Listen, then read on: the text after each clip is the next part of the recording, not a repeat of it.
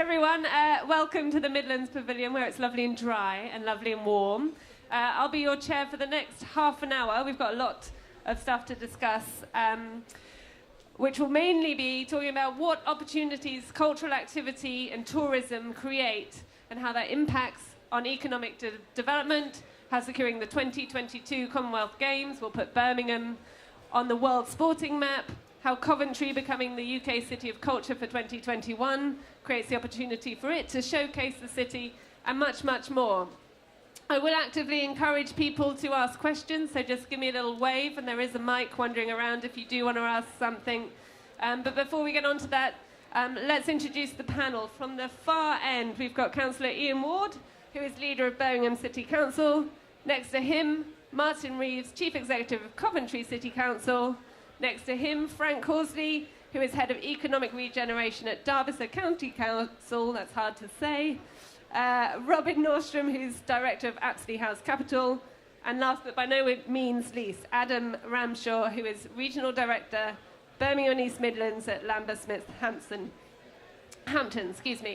Now, before anyone says it, I know that this is a very male panel, but there is going to be a discussion back here at 2 p.m. on diversity, and so everyone should know that the Midlands does take diversity very seriously, otherwise I wouldn't be here chairing.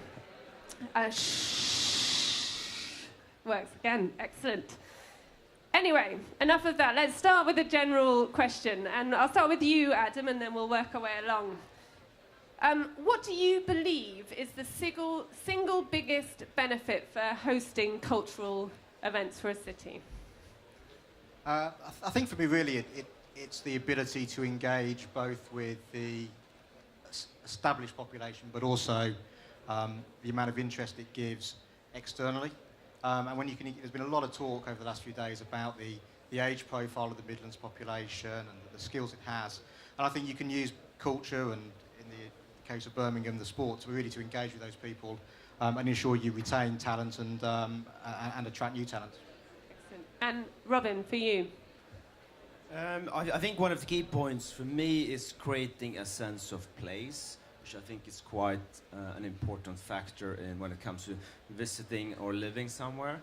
And I do think that one of the key things when you create a place is culture, truly. So that's for me. Frank?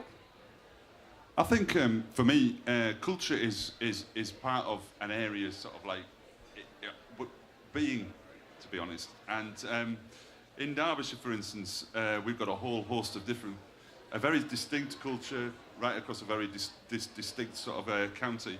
And we can focus whatever culture that is on whatever demographic. So we've got things for young people, we've got things for older people, we've got things for family. And it all builds into creating that story for Derbyshire, which is a real revolutionary story. I mean, we're the heart of everything, as far as I'm concerned. We are the birthplace of the Industrial Revolution, irregardless of what other people say. And we have the first... And we also have, the first national park. Another thing was based on revolution with a mass trespass in 1932. So people actually make things happen in Derbyshire, and it's a real culture that I think is very attractive to people. Thank you. Martin, do you agree? Well, do I agree that Derbyshire is the heart of the Industrial Revolution? Depends if it's an evidence-based conversation or not, but let's move on. This is going to be a really good panel.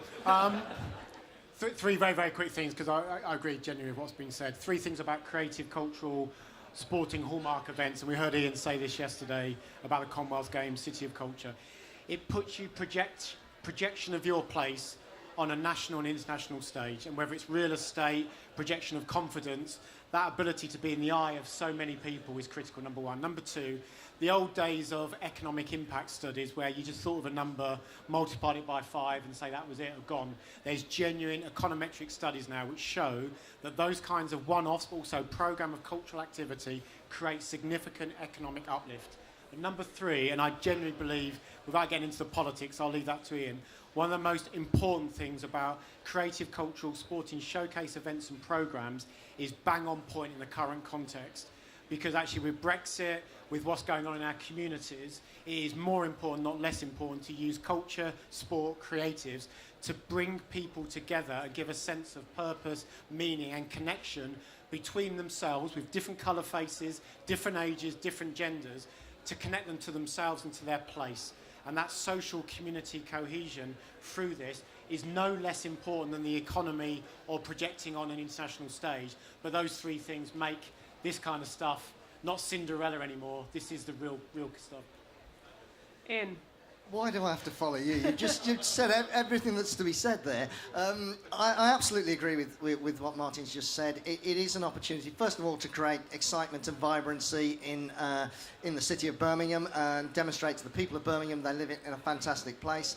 But also it projects the image of Birmingham around the rest of the world.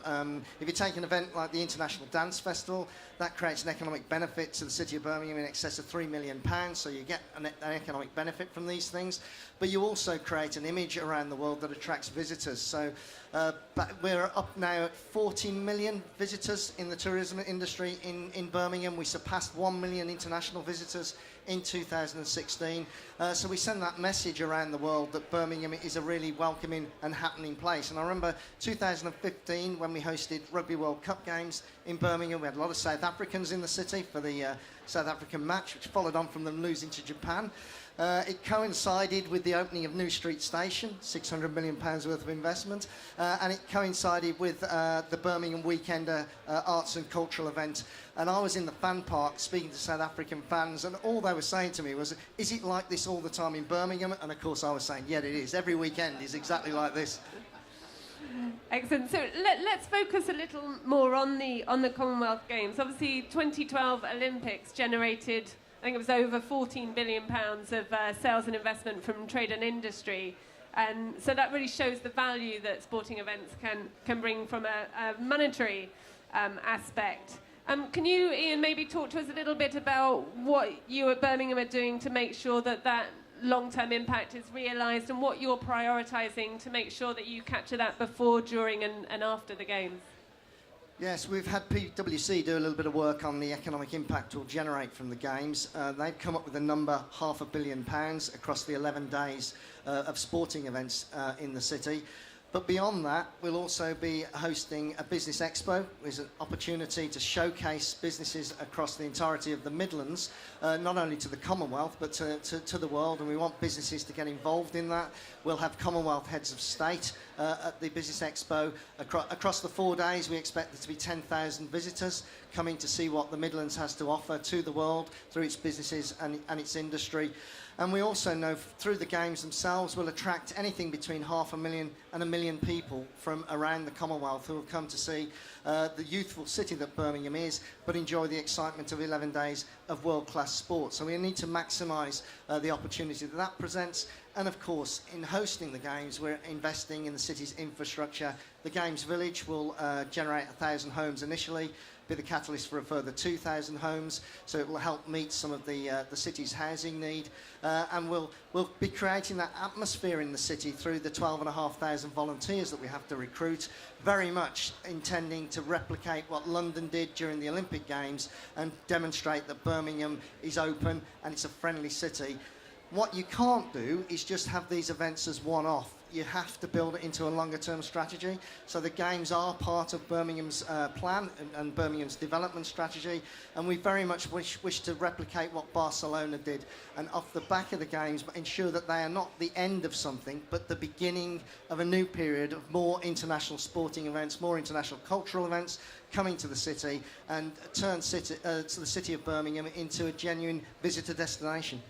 And Martin mentioned before the importance of community when we're delivering cultural events. What are you doing around that to create a stronger, even stronger community in Birmingham? Ian? Sorry, can you repeat that? Martin was talking about community and the importance of community. Yeah, the Games have to be about the people of Birmingham. If we're not doing it for the people of Birmingham, then we shouldn't be doing it in the first place, in my view. So we have to get people engaged in the excitement of what we're doing, and we have to ensure that there is a legacy for the people of Birmingham. So again, London, inspire a generation, yeah, okay, we want to do that, but we also want to demonstrate that we can get people active through the Games and keep them active well beyond the Games. So We'll be looking very closely at how can we remove the barriers that exist to activity, and we know that cost is a very significant barrier. So we'll build on the experience we've had in the past of removing cost as a barrier, getting people active, and then collecting data to demonstrate that we've kept them active. The Wellbeing Service in Birmingham have a lot of experience. They've given away 5,000 bikes, and they collect the data from those bikes to know who's using them, how often they use them, where they're going, and how far they've gone. And that data is very, very important when we talk to people like Sport England, because we can demonstrate that we can not only get people off the sofa, but we can keep them active for long periods of time, and that will improve their health and well-being. 9 years is the age difference if you live in the wealthiest part of Birmingham to if you live in the most deprived part of Birmingham. If we can't close that health gap through the Commonwealth Games, it'll be a very, very sad case. Martin, you've got a year on Birmingham. Obviously, you had the City of Culture 1 year before, so Ian can steal some ideas from you, perhaps. Can you talk us through some of the key elements of your plans for what you're going to be doing to celebrate Coventry City of Culture? No. Because what you need to do is come back, everyone, at 5 o'clock and really hear about the programme. But seriously, look, this links to the conversation and links to Ian and the Commonwealth Games and what we've all agreed from a real estate point of view, from a place point of view. The metrics within our bid to successfully win the UK City of Culture, yes, it had some significant evidence around in excess of 350 million of indirect and direct uplift as a result of winning that. I think looking at the whole impact study which came out only yesterday, I think that was quite undercooked for us, and I think we'll see well over £500 million of direct investment. So I could talk to you about the tourism impact. David's already done it earlier this morning.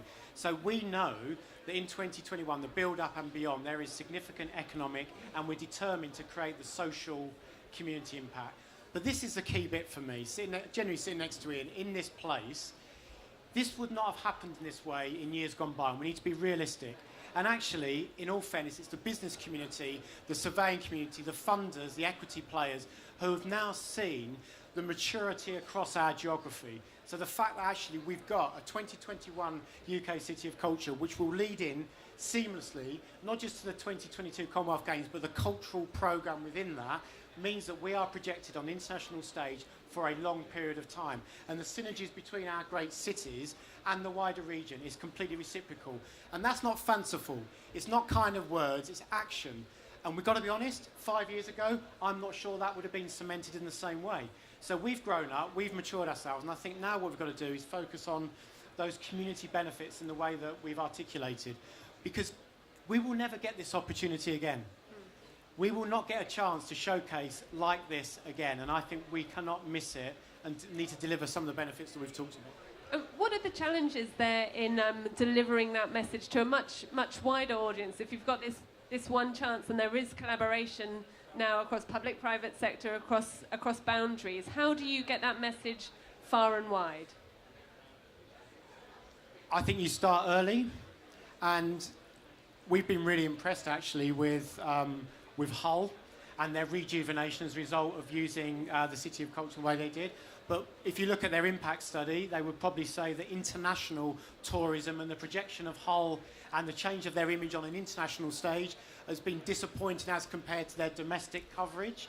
So for Coventry, and I would argue certainly for Birmingham as a second city in this country, to be able to start early, to be able to give people the opportunity to think about their packages of travel, to think about investment decisions, because actually the ability to think about what investment decisions are being made in 5-10 years' time are about not just the usual stuff around land assembly, cost of land, planning. They're about all of this stuff. Does a firm believe it can grow on our patch and bring new investment in because of all of this? So I think we need to start early and have a coherent narrative. It is never too early to start incentivising and reimagining what this could look like for our business community. Excellent. And Frank, of course, you don't necessarily need an event to showcase a city. You can have a beautiful national park on your doorstep. You can have history. How do you utilise that for economic and cultural benefits for Derbyshire? Well, first and foremost, in Derbyshire, I mean, tourism in Derbyshire is big business, and it does create business as well. I mean, in Derbyshire, even since the recession, the visitor economy sector has grown by 6% year on year. Last year, it was worth over 2 billion to the Derbyshire economy, 36 million day visitors, 4 million overnighters, 29,000 people employed. So it's big business. But the important thing to remember is it's not Walt Disney World, so people don't just turn up. People actually live in the place where people visit. So it's important to get people in those sort of like places like Bakewell, in a national park, or if you go down to Derwent Valley, which is a World Heritage Site, to get them enthused about what tourism can do for them, because it's good for their towns and they can feel proud about that. So what makes Derbyshire somewhere where people want to visit is the unique historical assets. We've got Chatsworth, Cromford and the likes, but also the national park. But it's a balance between encouraging that tourism and also does it sympathetically with the natural assets that actually are the reason why people come there and what makes the place special. We've got some great investment. It's a plug for you now, John, and others. We've got some great sort of agencies working on selling Derbies with Marketing Derby for Inward Investment. We've got a really great DMO Marketing Peak District in Derbyshire who put packages together for demographics, so people come to Derbyshire expecting an experience. Local authorities such as ourselves have to make sure that when people do get there, that the product that they get is really on the nose, really. And there's three things really that we need to get right when a tourist comes. That is good for that tourist, but is also sympathetic to the people who live and work in somewhere like Peak District National Park. And there really are these things, and it's ensuring that when tourists get there, they've got the access. So they've got sustainable access. We're putting a lot of investment into cycling trails across Derbyshire, so we don't need to use the car so much. So accessibility for everybody to get around Derbyshire and to get between particular places. Another thing is accommodation. Accommodation has to be right. We've got some great top quality hotels, but, and this is not meant to be disparaging, we have some good old-fashioned B&Bs where sometimes the Derbyshire welcome isn't as welcoming as we'd like it to be sometimes. So it's about trying to get investment into new stock and new ways of people like glamping and where that people like to stop and spend some time, depending on what the demography is, depending on what they're there for. It's about providing skills for people, and in the towns, people go into town. If you visit somewhere like Bakewell, they've got to make you welcome, and there's got to be a single message there. They've done that very well in Chesterfield. You get into a taxi in Chesterfield, the bloke will tell you all about the place, and that's really, really good. So people are bought into that tourist message because it's good for their town as much as anything else. So that's really important, and explore this myth that hospitality and tourism jobs are just something you do in the summer. And we've got to get around that with kids, and that they can have businesses and they can have good careers in the visitor economy. And finally, it's about us using our assets and our attractions as best as we possibly can. Not only public sector assets, but working with the likes of Chatsworth and developing that. Working to make sure our market towns are there for tourists. But as I said before, making sure that people in Derbyshire who live in are proud of their town, and that pride comes out and is felt by the tourists when they're there, so they can come back. They can come back. And Robin and Adam, from a sort of private sector point of view, how well are these guys doing at getting investment, getting people to buy into it, and really using culture and tourism to create this economic push? Well, I think the good thing with the Commonwealth is that it sets a date. So if you have a date, then at least you have something to work towards. And as pointed out, it's the first of many. I think looking at the London Olympics, I think the greatest success long term was probably the regeneration of Stratford. So I'm quite excited to see, what's going to happen of the Commonwealth Village. And I think one of the key points when it comes to the success of Stratford is probably infrastructure. Because, anyone visiting the city probably don't own a car. So it'll be quite interesting to see, yes, I know a lot of things being done, but I think, I think it'd be quite easy for them to actually get to Birmingham and the West Midlands, but how do we get them to move around the region and area? And I think that benefit would then later on spill into the residents, the new residents of the West Midlands. And Adam?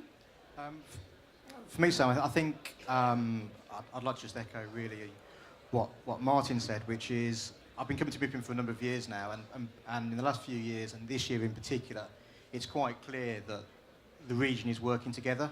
I think that's testament to the stakeholders that are involved, that we are going to market in a cohesive and collective way. And what investors really want to know is that they've got confidence in those stakeholders, that they will help them deliver that inward investment.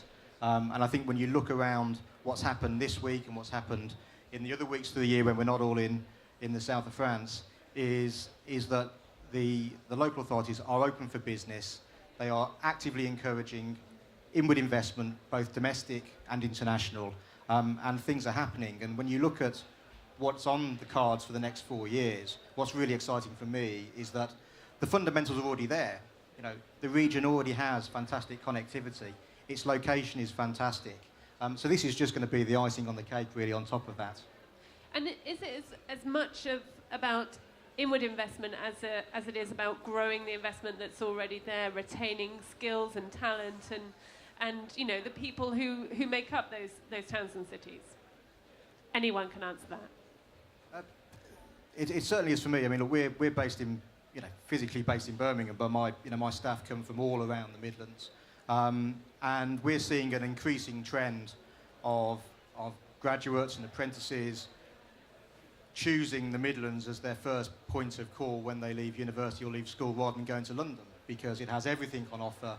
It's more affordable, and you know, it's certainly a fantastic place for people to work. And I think, you know, it's also about retain, because Birmingham do have probably the highest percentage of student population. So I think one of the key points here is to make sure that they stay. And I do think that Birmingham is doing that quite well, actually. And I think, you know, everyone's seen the regeneration of Birmingham and the evolving city centre living that's happening there, that people don't necessarily leave the office, go back to the village, and then go out on that high street. They actually go out from office, probably stay in the city centre. And I do think that will encourage, you know, the city centre living of Birmingham, which is very limited currently. It's only 15,000 people living in city centre Birmingham, out of a metropolitan region of 2.5 million. It's, you know, unusually low. I think the truth is, and I'm sure Ian will probably agree with this, you need both, because actually you need indigenous growth. And if you think about the structure of Birmingham's economy, Coventry and Warwickshire's the wide, we've got a huge proliferation of small and medium-sized enterprises. That's what drives a huge amount of value. We're also very lucky that we've got significant OEMs and global companies. So you need to grow your indigenous base, number one, but you also need to bring in new investors across the sectors you're absolutely targeting. But the key point about whether it's indigenous growth through supply chain or international investment, I still think the vibrancy of the place through setting a place ambition planned through creative, sport, cultural hallmarks and programs is as important to giving confidence to indigenous growth as it is to those that don't know the place. I think the characteristics are exactly the same.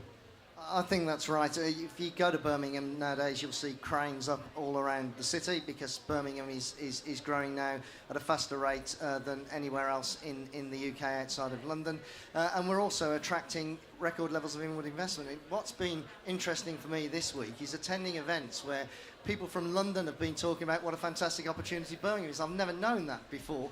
And I think it's very, very important, Martin's point, that we've been working together on these things for the past few years, and that needs to continue. Martin sat on the bid company that was set up to bid for the Commonwealth Games. I've been speaking to the leader of Coventry about what Birmingham can do to help with 2021. I mean, without using the phrase, we're sending you to Coventry, we are keen to market 2021 in Coventry and what it can bring, and then ensuring that 21 leads seamlessly into the cultural programme for the Commonwealth Games in 22. So we've got 2 years of presenting the cultural offer of the Midlands to the world, and that's a fantastic platform, and we need to make sure we maximise the benefits.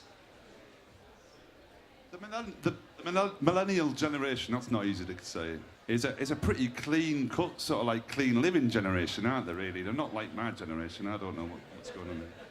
But I'm trying to get kids to get out of the cities, actually, to come out into the countryside and set the businesses up there, because it's cheaper. We're getting the digital, if we can get the digital connectivity right, which we're doing in Derbyshire, then we get business coming out. Well, it's a classic example is up in High Peak, a really fast-growing district. So towns like Glossop, their connectivity into Manchester, for instance, is creating a whole new set of creative entrepreneurs and enterprises coming through from young people, and it's become a vibrant place. Buxton similarly. You know, we're putting 46 million into Buxton Crescent Spa. It's going to say it's going to be England's leading spa town. So there's another challenge to Bath. So I think it's, you know, people want to live in a place that's inspirational, and they can do. And you don't just have to live there. You can actually run your business there as well, and you can invest. And inward investors come in, but they need to have a workforce, and the workforce needs to have a quality of life that's there that they want to attract that workforce. And we can do that in rural areas, and it helps take some of the pressure off the cities as well. So it can work together, I think, is the way to go forward.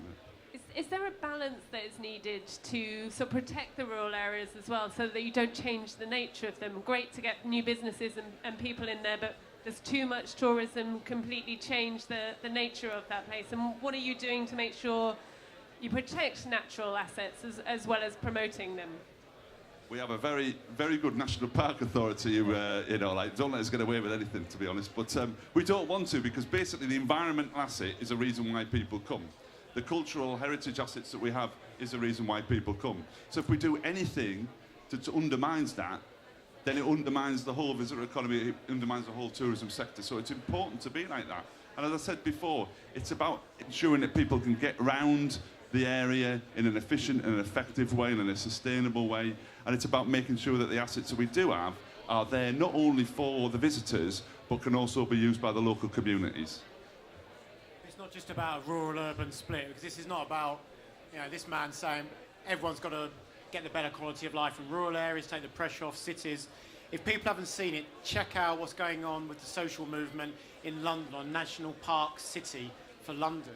And you start to realise that our great cities, as well as looking at the asset base around our rural areas in the UK, have actually got massive natural capital assets within the city that basically are hidden from our population. And the challenge is actually they're often hidden from our most deprived communities as well. So the opening up of woodland areas, canal networks, natural assets is a really important part of the creatives in our areas as well. Does that mean we need to follow the Scottish way and have the right to roam? Well, I do think there's a balance. I mean, Birmingham, we like to say more canals than Venice, more trees than Paris. They've actually got more parks and open spaces than anywhere else outside of London. So we do have assets that will attract people, and when we create the jobs, people will want to come because of the cultural offer and because of the other assets that we've got across the city. But you have to balance that with the desire of people to go out and enjoy the countryside, and that they will want to do that. So one of the real pleasures, I think, of living in Birmingham is that you can get out into the countryside in 45 minutes or so. So it's a city that's so connected that we can not only bring people into the city from within 2 hours. I think 20 million people can access Birmingham, but it's also very easy then to get out of Birmingham into places like Derbyshire, the Peak Districts, and enjoy the assets that the very green countryside of Birmingham, Britain, has to offer. That was a good Freudian slip there. I liked it. So we've got just under 5 minutes to go. If anyone does have a question, wave at me. Oh, look, two. Right down here at the front. Lovely. I hope you're not going to heckle me. Yeah, just support the... I mean, I'm a Derbyshire guy myself, but just to underline the importance of maintaining the countryside, and particularly areas like Derbyshire. I mean, I'm a former chair of Marketing Derby. We got one of our top tier... We got a top tier one supplier to Rolls-Royce, simply because the chief executive liked walking, and they don't have public footpaths in America. It was sold, no problem. Any response? Correct. Brilliant. And so, gentleman next to you. David Jennings, Movers and Shakers. The two events that you're talking about are unique, aren't they? So, two parts to this question. One you've partly answered. What are you guys doing, and I'm talking to the public sector part of this, to engage with the private sector, and particularly the private sector within your regions, so they maximise the benefits? And the second part of the question is, and what are you doing with school children to really engage and inspire them for the next generation? Well, I think the first question there about what are we doing to engage business, I'm really grateful to the business community across the region for, first of all, getting behind Birmingham's bid and supporting the bid, both in voice and with cash.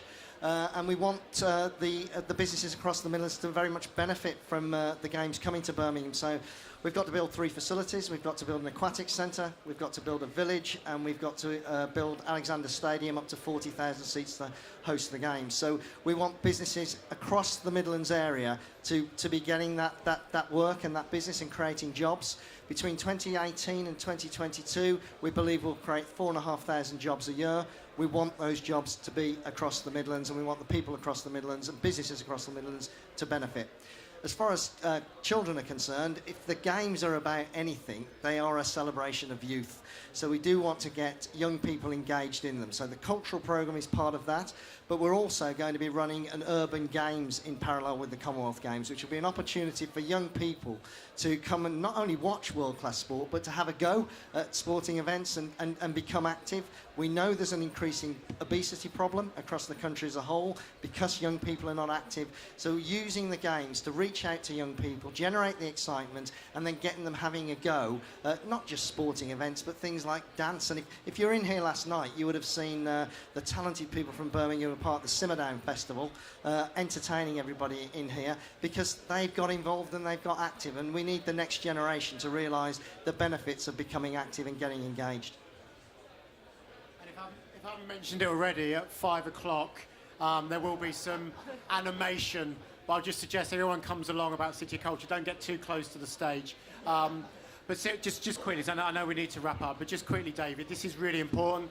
You probably didn't see the presentation before from one of my colleagues, David Nuttall, but one of the reasons why I believe Coventry won the UK City of Culture for 2021 was the business community. So the fact we were able to talk about potentially a new business funding model for arts, culture and creative industries where 60% of those organisations, small, medium, global, had never directly funded or indirectly supported this part of our world is phenomenal as a new funding strategy, number one. But number two, on the children, the other reason why I think we won it, it was the first super diverse city to win the UK City of Culture. And actually that was based on youthfulness, like Birmingham, much younger than the rest of the country, but very, very diverse. We are starting that programme about understanding through the eyes of preschoolers, primary, right the way through young people's eyes about how they can reimagine their city. And I'll tell you this now, and you'll see it later on. If we don't remain authentic and we don't show the diversity and we don't look through their eyes, we've taken them to the top of a hill and we've marched them straight back down again. And this is really, really important that we get right. It's not about us, is it? When we're talking about kids, really, I get really passionate about this, and so I might cry in a minute. But as I mentioned earlier, when we've all gone, the Peak District will still be there. So we're looking after the Peak District for the future generations, and ensuring in future generations, the kids in Derbyshire are proud of being from Derbyshire, but they want to be creating businesses in Derbyshire, and it's not just about pot washing, and it's not just about waitressing. You know, the visitor economy tourism covers a whole host of things. We have some of the greatest sort of like independent brewers there. So it's a whole sort of industry such as that. It's food and drink, it's retail offers. There's a whole host of different careers that kids can stay in Derbyshire and actually a good fruitful life and enjoy the quality of life. So it's really important about having a stewardship for the Peak District, for the future generations, not just about us now. And that's why we need to protect it, but also try and stimulate growth as well. I think that's a really great theme to end on. There's been a lot of chat across MIPIM this week about really listening to a younger voice, because we do need to listen to them if we want to create a future for all of our towns and cities across the UK, across the globe. So let's wrap it up there, but not before we say thank you to our panellists, Ian, Martin, Frank, Robin and Adam. Thank you very much, everyone.